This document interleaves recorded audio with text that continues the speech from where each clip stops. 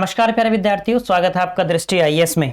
आज हम लोग उसी श्रृंखला में जिस श्रृंखला में हम अभ्यास करते हैं उसी में आगे बढ़ते हुए आज हम बात करेंगे कि जो आईसीटी से या सूचना एवं संचार प्रौद्योगिकी से वर्ष 2023 में जो परीक्षा हुई उसमें जो प्रश्न पूछे गए थे उनको देखते हैं। पहला प्रश्न है स्वयं प्रभा, जो पोर्टल है स्वयं प्रभा मूक्स, उनमें से स्वयं प्रभा से ही प्रश्न है। स्वयं प्रभा एक शिक्षा अधिगम प्लेटफॉर्म है जो डैश द्वारा प्रारंभ किया गया और 34 डीटीएच चैनलों के माध्यम से 24/7 उपलब्ध है। मार्च 2023 में ये प्रश्न पूछा गया है। इसके अलावा भी जो इसके बाद में भी जब पेपर हो रहे थे तो उनमें भी स्वयं से प्रश्न पूछे गए, स्वयं प्रभा से ही प्रश्न पूछे गए। इससे पहले जो परीक्षा हुई है उसमें भी हम देखते हैं स्वयं पोर्टल से भी प्रश्न बना है, स्वयं प्रभा से भी प्रश्न बना है। तो जो ये डिजिटल पहले जो है स्वयं हो गया या स्वयं प्रभा को लेकर हो गया, मूक्स को लेकर हो गया, मूक्स से भी प्रश्न बनते हैं, ठीक है। तो ये बहुत महत्वपूर्ण बिंदु है, स्वयं प्रभा और मूक्स। आप पाएंगे लगभग हर बार परीक्षा में यहां से प्रश्न पूछा जा रहा है। तो ये तो बहुत सरल सा प्रश्न उन्होंने पूछा था। कई बार ये प्रश्न पूछा गया है चैनलों की संख्या को लेकर, ठीक है। जब आप गूगल करते हैं इसके बारे में तो कई सारे सोर्सेज ऐसे होंगे जहां 32 चैनल आपको दिखाएगा। तो ये ध्यान रखना है, एनटीयूजीसी ने कितने माने हैं, 34 चैनल माने हैं। उसने अपनी पहले जब चैनलों की संख्या को लेकर पूछा गया था तो आंसर की में उसने 34 चैनल दिए, वो 34 चैनलों की बात है। जब उसमें एक जगह कहीं आप पढ़ेंगे तो आपको मिल जाएगा कि 70-80 चैनल हैं। वो बहुत सारी अलग अलग चीजें हैं। मतलब जब बात आ जाएगी स्वयं प्रभा को लेकर तो इतना ध्यान रखना है कि 34 ही चैनल हैं। बिंदु स्पष्ट है। तो ये एक शिक्षा अधिगम प्लेटफॉर्म है जो शिक्षा मंत्रालय द्वारा शुरू किया गया है, मतलब जिसका अब नाम हो गया है शिक्षा मंत्रालय। पहले इसका नाम क्या था, मानव संसाधन एवं विकास मंत्रालय। उससे पहले क्या नाम था, उससे पहले भी नाम इसका शिक्षा मंत्रालय था। तो सबसे पहले इसका नाम शिक्षा मंत्रालय ही था, फिर नाम में परिवर्तन किया गया। अब वर्तमान में फिर से इसके नाम में परिवर्तन करके इसको क्या कर दिया गया है, शिक्षा मंत्रालय। बात समझ आ रहे हैं आप यहां तक की। तो स्वयं प्रभा के बारे में यदि प्रश्न आपसे आएगा तो ये ध्यान रखना है कि ये किसके द्वारा प्रारंभ किया गया, तो शिक्षा मंत्रालय के द्वारा भी प्रारंभ किया गया है। बिंदु स्पष्ट हुआ, कोई समस्या नहीं पहले प्रश्न में। दूसरा प्रश्न है, दो कथन दिए गए हैं आपको, ये भी मार्च 2023 में पूछा गया प्रश्न है। कथन एक क्या कहता है, इंटरनेट स्वयं में एक नेटवर्क संजाल और साइबर स्पेस संबंधों हेतु एक प्रतिमान, एक मॉडल भी है। बात ठीक है अभी तक। दूसरा कथन कहता है, इंटरनेट से समर्थित वैश्विक अन्योन्य क्रियात्मक प्रौद्योगिकियों ने 20वीं शताब्दी के अंत तक द्वितीय मीडिया के युग के आगमन का मार्ग प्रशस्त किया। बात एकदम स्पष्ट है, हमने इसको लेकर पहले भी बात की हुई है कक्षा में। आप इसको देखते होंगे, द्वितीय मीडिया, ये सब संभव कैसे हो पाया यदि ये सुविधा उपलब्ध नहीं होती तो। बात समझ पा रहे हैं, जब हम द्वितीय मीडिया की बात करते हैं तो संभव हो पाया क्योंकि इंटरनेट संबंधी तकनीक हमारे पास उपलब्ध थी। इंटरनेट तक पहुंच बढ़ गई, इंटरनेट आसानी से उपलब्ध हो गया, सस्ता हो गया। बात समझ पा रहे, तो आसानी से जो पहुंच बढ़ी उसके कारण। तो बात ये भी सही है, तो कथन पहला भी सही है, कथन दूसरा भी सही। तो इसका विकल्प हो जाएगा सही आपका एक, कथन एक और कथन दो दोनों सत्य हैं। बिंदु स्पष्ट हुआ। अगला प्रश्न है, निम्नलिखित में से कौन सा कथन ईमेल सुरक्षा के संबंध में ईमेल एन्क्रिप्शन, ये एन्क्रिप्शन आपने पढ़ा होगा, गोपन का सर्वोत्तम वर्णन करता है। पहले एन्क्रिप्शन को लेकर बात कर लेते हैं।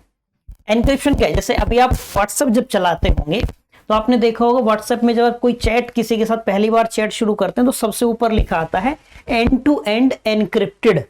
एंड टू एंड मतलब एक एंड ये जो प्रेषक है, दूसरा एंड जो प्राप्त करता है, इन दोनों के मध्य ही ये जो चैट है, जितनी भी बातें आप चैट में कर रहे हैं वो सब इन दोनों के मध्य ही रहेंगी।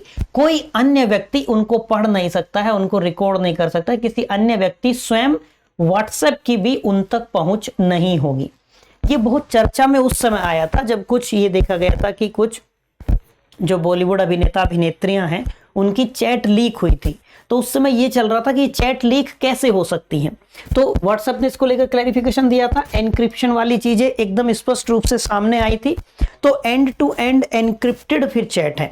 तो अब ये ईमेल एनक्रिप्शन क्या हुआ, गोपनीयता से संबंधित है, गोपन से संबंधित है, प्राइवेसी को लेकर संबंधित है। बात स्पष्ट हो गई। अब इसके विकल्प पढ़ लेते हैं। कहता है पहला विकल्प, यह एक स्वप्रतिकृति प्रोग्राम है जो ईमेल द्वारा विस्तृत हो जाता है। स्वप्रतिकृति मतलब क्या हुआ कि जो खुद की कॉपी बनाता है। क्या इंक्रिप्शन में ऐसी कोई बात है जो खुद की कॉपी बनाता है? आप कहेंगे जिस नहीं, गलत हो जाएगा। दूसरा विकल्प क्या कहता है बी, यह संवेदनशील सूचना के संरक्षण के लिए ईमेल के संदेशों की विषय वस्तु को छद्मवेश धारण कर छिपाता है। क्या ध्यान रखना है कि संवेदनशील सूचना के संरक्षण के लिए छिपाता है। अभी तक बात एकदम स्पष्ट है, यह कथन अभी तक सही है। तीसरा विकल्प सी, इसमें उसी ईमेल पते को अनेक डुप्लीकेट द्वैध को प्रेषित करना सम्मिलित है। नहीं, अनेक डुप्लीकेट बनाने जैसी बात है एन्क्रिप्शन में कहीं नहीं है। तो प्राइवेसी से संबंधित हुआ कि जो प्रेषक और प्राप्त करता है, इन दोनों के अन्यथा कोई अन्य व्यक्ति इसके संदेश को नहीं पढ़ सकता है। अन्य व्यक्ति की पहुंच इन संदेशों तक नहीं है। यह विकल्प गलत हो गया। डी विकल्प, ईमेल हेडर को परिवर्तित किया जाता है ताकि संदेश किसी अन्य से आया हुआ प्रतीत होता है। ईमेल हेडर को परिवर्तित करने जैसी बात एन्क्रिप्शन में नहीं है। बिल्कुल स्पष्ट है। सही विकल्प क्या हुआ हमारा? बी, कि ये संवेदनशील सूचना के संरक्षण के लिए ईमेल के संदेशों की विषय वस्तु को छद्मवेश धारण कर छिपाता है। ये हाइड करता है, मतलब जो प्रेषक और प्राप्त करता है दोनों उन्हीं के मध्य वो संदेश रहता है, किसी अन्य व्यक्ति के पास वो संदेश नहीं पहुंचता है। अगला प्रश्न, MP3 संरूप फॉर्मेट में भंडारित एक संगीत WAV संरूप में भंडारित उसी क्लिप की तुलना में अधिक मेमोरी लेगा। ये बात कर रहा है आपसे MP3 को लेकर और ये बात कर रहा है आपसे WAV को लेकर, यानी कि wave form audio file format जो होता है ये उसकी बात कर रहा है।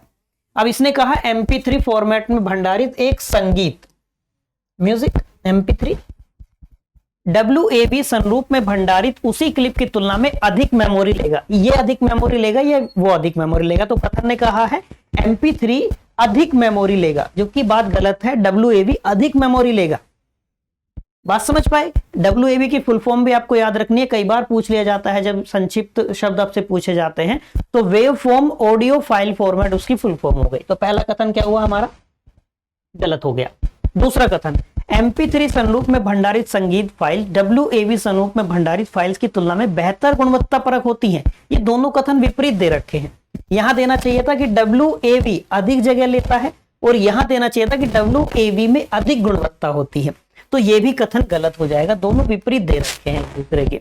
ठीक है, तो पहला भी कथन गलत हो जाएगा, कथन दूसरा भी गलत हो जाएगा।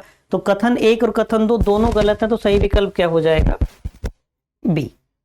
बिंदु स्पष्ट हुआ? दोनों कथन गलत हैं, क्योंकि MP3 की तुलना में यदि बात करेंगे तो WAV अधिक स्पेस लेगा। ठीक है, जब क्वालिटी की बात आ जाएगी तो MP3 की तुलना में WAV फॉर्मेट में जो फाइल्स होती हैं उनकी क्वालिटी अच्छी होती है, उनकी गुणवत्ता बेहतर होती है तुलनात्मक रूप से MP3 के। बिंदु स्पष्ट हो गया? तो ये भी गलत है, दोनों कथन गलत हैं। सही विकल्प क्या हो जाएगा? कथन 1 और कथन 2 दोनों असत्य हैं। बी विकल्प हमारा सही हो जाएगा। अगला प्रश्न है, निम्नलिखित में से कौन सा या से कथन परिशुद्ध है या है?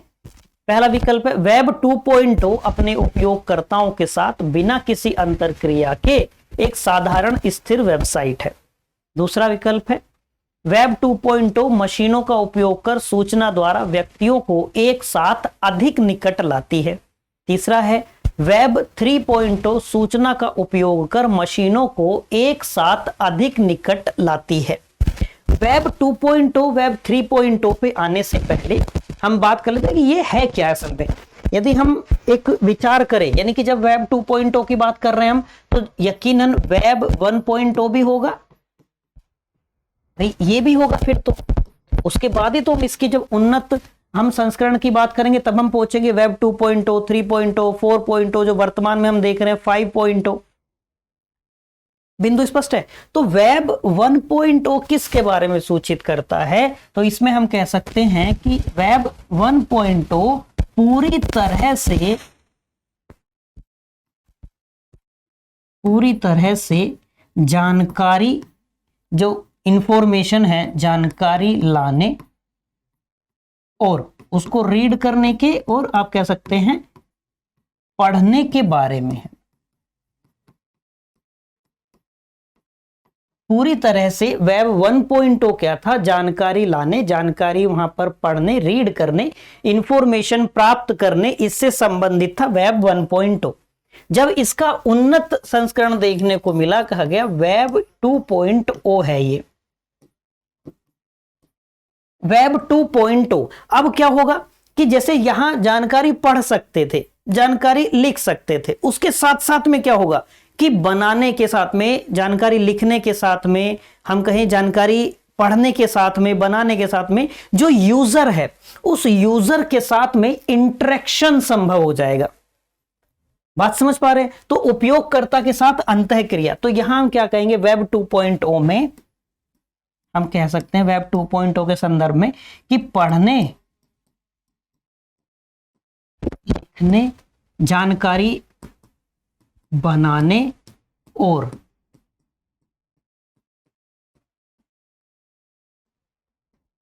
जो यूजर है, जो उपयोगकर्ता है, ध्यान रखना है, उपयोगकर्ता के साथ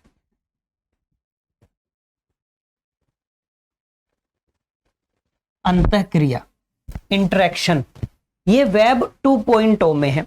अब इसका भी जब उन्नत देखने को मिला, एडवांस वर्जन देखने को मिला, वेब 3.0।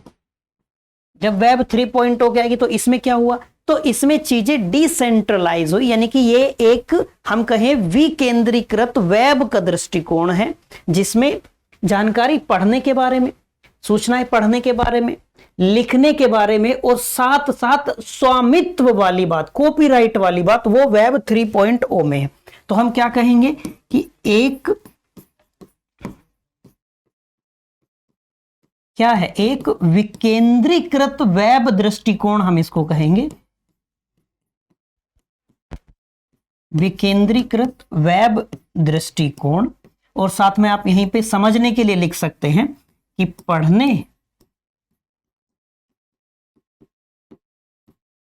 पढ़ने लिखने और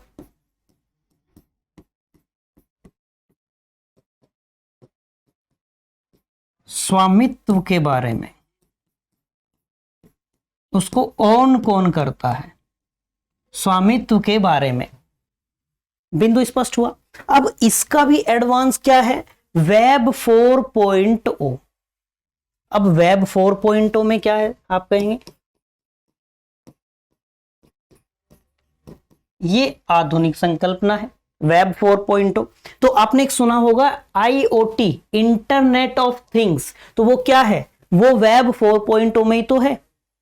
एक आप देखते होंगे वर्चुअल रियलिटी, वो क्या है, वो वेब 4.0 में ही तो है। वेब 5.0 में क्या आएगा कि यही जो वर्चुअल रियलिटी है, इसमें भावनाएं और जोड़ दी जाएंगी, इसमें भाव प्रवणता, हम कह सकते हैं इमोशनली चार्ज जैसी जो बातें आ जाएंगी, वो वेब 5.0 में आ जाएंगी, जिस पर अभी कार्य चल रहा है। बिंदु स्पष्ट है? तो वेब 4.0 में हम क्या बिंदु नोट कर सकते हैं, आप लिख सकते हैं IoT, एक तो आप लिख सकते हैं IoT और एडवांस वर्चुअल रियलिटी को जोड़ता है, तो आप लिख सकते हैं उन्नत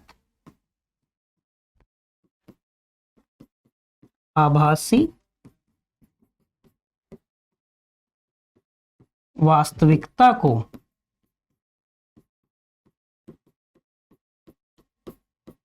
जोड़ता है। अंतिम वेब 5.0 भी वेब 5.0। तो इसमें हम क्या कहेंगे, इसका जो लक्ष्य है, इसमें जैसे हमने यहां बात की उन्नत आभासी वास्तविकता, वर्चुअल रियलिटी को लेकर, तो जब वेब 5.0 पे आएंगे तो इसमें क्या होगा कि इसमें एक भावनात्मक मानव सदृश इंटरफेस है, इसमें भाव प्रवणता वेब आप कह सकते हैं, इमोशनली चार्ज्ड वेब आप इसको कह सकते हैं, इसमें भावनाएं जुड़ेंगी। ठीक है, तो इसमें लिख सकते हैं कि इसका लक्ष्य एक भावनात्मक मानव सदृश इंटरफेस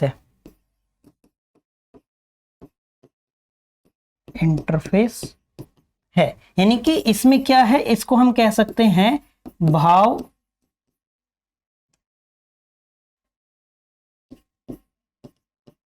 भावपूर्ण जैसी बात आप इसमें कह सकते हैं, आप इसको कह सकते हैं भावपूर्ण वेब।